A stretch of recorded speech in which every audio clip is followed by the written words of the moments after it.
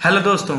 माध्यमिक शिक्षा मंडल मध्य प्रदेश भोपाल द्वारा एक आदेश पारित हुआ है 7 सितंबर को, जिसमें बोला गया है कि जो इससे पहले इन्होंने एक इंट्रोड्यूस किया था राष्ट्रीय शिक्षा नीति का, नई शिक्षा नीति का, वो अब निरस्त किया गया, अब वो लागू नहीं होगा।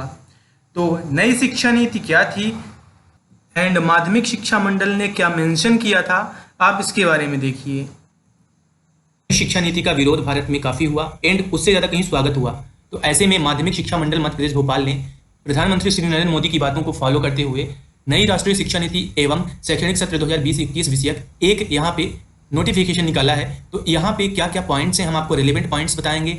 और ये रिलीज हुआ है 3 सितंबर को, मतलब कल रिलीज हुआ है।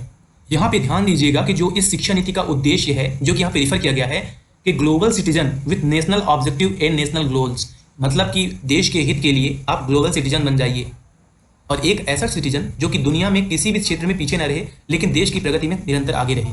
यहाँ पे जिस तरह से प्रधानमंत्री श्री मोदी जी के शिक्षा सीखने, अनुसंधान एवं नवाचार की बातों को रखने की बात की गई थी, उसी को फॉलो करते यहाँ पे भी बताया गया है कि ये चाहते हैं कि व्हाट टू थिंक के स्थान पे हाउ टू थिंक, मतलब आप मत बताएं कि आपको क्या करना है, बल्कि छात्र अपने से सीखे कि क्या कर सकता है एंड कैसे कर सकता है।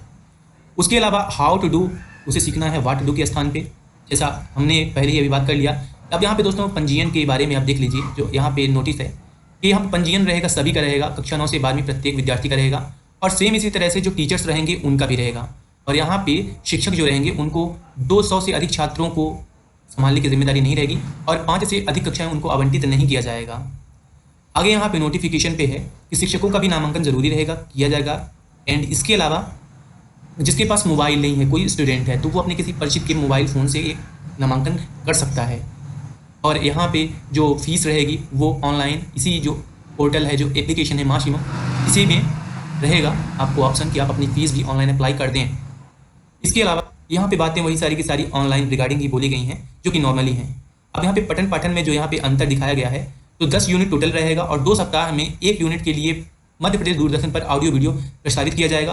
और ये जो भी आप वहाँ पे देखेंगे ऑडियो वीडियो, वो सारा का सारा वेबसाइट, फेसबुक एवं यूट्यूब में भी उपलब्ध रहेगा। और यहाँ पे सुझाव दिया गया है कि जो शिक्षक हैं और विद्यार्थी हैं वो इसे डाउनलोड कर सकें, और जो शिक्षक हैं इसे खासकर देख के और वो आने वाले टाइम में अपने आप को इन्हेंस कर पाएँ नॉलेज में। सतत मूल्यांकन की बात की गई है कि होम असाइनमेंट से मूल्यांकन और 10 यूनिट प्रतिमाह 2 यूनिट अध्ययन अध्यापन कराकर इसकी बात की गई है।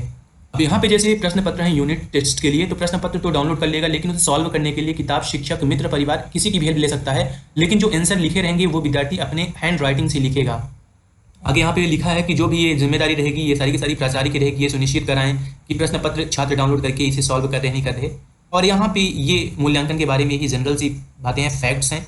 यहाँ पे जो असाइनमेंट रहेगा 3 खंड में रहेगा, आ भाषा, यहाँ पे वस्तु यूनिट जो MCQ टाइप का रहेगा, ज्ञान परख और समझ परख रहेगा। ज्ञान परख में आपसे नॉलेज फैक्ट्स पूछी जाएगी, समझ परख में आप कितना उस क्वेश्चन को स्टैंड करते हैं। यहाँ पे ऐसा भी रहेगा कि जो असाइनमेंट दिया जाएगा वो सभी के लिए डिफरेंट हो सकता है। एंड इसके अलावा कि objective, subjective and analytical questions का भी समावेश रहेगा। इन होम असाइनमेंट की क्वालिटी इन्हेंस करने के लिए एक दल भी बनाया जाएगा शिक्षकों का, जो कि यह तय करेगा कि क्या असाइनमेंट सही है। और विद्यार्थी का मूल्यांकन सभी अनिवार्य विषयों के प्राप्तांकों के आधार पर किया जाएगा। और यहाँ पे जो कि सतत मूल्यांकन वार्षिक परीक्षा को मिलाकर पूर्णांक निर्धारित किए जाएंगे, और जो असाइनमेंट पूरे नहीं करेगा वह अनुत्तीर्ण होगा, अनुत्तीर्ण माना जाएगा। तो यहाँ पे दोस्तों कक्षा 9 में 11वीं की वार्षिक परीक्षा विद्यालय स्तर पर ली जाएगी। वार्षिक परीक्षा के लिए विद्यालय चाहे तो मंडल स्तर पर संधारित प्रश्न बैंक से मासिम ऐप पोर्टल के माध्यम से प्रश्न पत्र आहरित कर सकेगा। यहाँ पे दोस्तों मैं अब लास्ट का आपके लिए छोड़ दे रहा हूँ कि आप इन्हें खुद पढ़ें, मैं इसकी लिंक डिस्क्रिप्शन बॉक्स में दे दूंगा। अब यहाँ पे दोस्तों मैं पूरा को पढ़ने के बाद, एनालिसिस करने के बाद, मैं अपने कुछ पॉइंट्स अब यूज करना चाहता हूँ।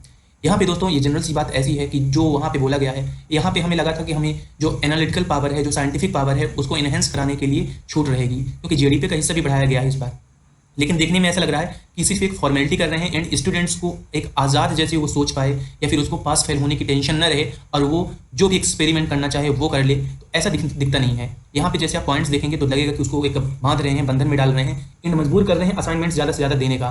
तो कहीं ना कहीं ये शिक्षा नीति अगर इस तौर पे फॉलो होती है तो इसका जो साकार सपना है, जो कि हमारे PM नरेंद्र मोदी जी ने देखा है, वो शायद ही पूर्ण हो। इसीलिए आप अपने सुझाव मासिमम को दीजिए एंड ऐसे किसी भी इंस्टीट्यूट को दीजिए अगर आप जब उसका प्रैक्टिकली ऐसा नहीं पाते जैसा कि आप सोच रहे हैं। तो इसी के साथ मैं अपनी वीडियो समाप्त करना चाहूँगा। थैंक्स फॉर दोस्तों ये वीडियो मैंने बनाई थी 4 सितंबर को, और ये जो नया नोटिफिकेशन आया है 7 सितंबर को आया है। तो दोस्तों मेरी बात कहीं ना कहीं आप देख पाएंगे कि सच निकली, इनको ये निरस्त करना हुआ और विषय भी इसके यही है कि जो रिलेवेंट उसमें पॉइंट्स होने In a चाहिए world where वो नहीं है। everything's wanted yesterday, you need to be fast. As तो दोस्तों जैसा भी रहे तो आप अपनी फीडबैक दीजिए। Thanks for guys.